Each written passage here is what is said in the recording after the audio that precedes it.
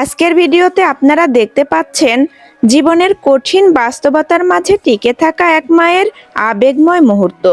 মেয়ের বিপদের সময় মা কিভাবে তাকে আগলে রাখেন তা আজকের এই কাহিনীতে ফুটে উঠবে। চলুন দেখে নেওয়া যাক পুরো ঘটনা। গল্পের শুরুতে দেখা যায় পারুল তার মায়ের জন্য অত্যন্ত উদ্বিগ্ন।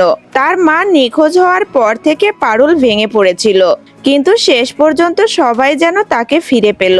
পারুল জানায় যে এই বিপদ থেকে উদ্ধার পাওয়ার পেছনে ছিল ভুবনেশ্বরের অপার করুণা। সে তার নাতি নাতবউকে নিরাপদে ফিরে পেয়ে অনেক কৃতজ্ঞতা জানায়। ঘটনার জট খুলতে শুরু করে যখন জানা যায় ভুবনেশ্বর একাই নন, পারুল, রায়ান এবং অন্যান্যদের চেষ্টাতেই তারা আজ এখানে। এরপর রিক সব বুঝতে পেরে বলে পারুল দিদি একদম ঠিক কথা বলেছে। পারুল দিদির ইনটিউশন অত্যন্ত শক্তিশালী। সে আগে থেকেই আঁচ করতে পেরেছিল যে চন্দন গিন্নি যা বলেছে তা মোটেও সত্যি নয়। তারা আসলে মিথ্যাচারের আশ্রয় নিয়েছিল, যার কারণে তাদের আজ এই পরিণতি। রিক সিদ্ধান্ত নেয় পারুল এবং তার মাকে নিয়ে সে খুব শীঘ্রই নতুন ফ্ল্যাটে শিফট করবে। এরপর দৃশ্যের পরিবর্তন হয়।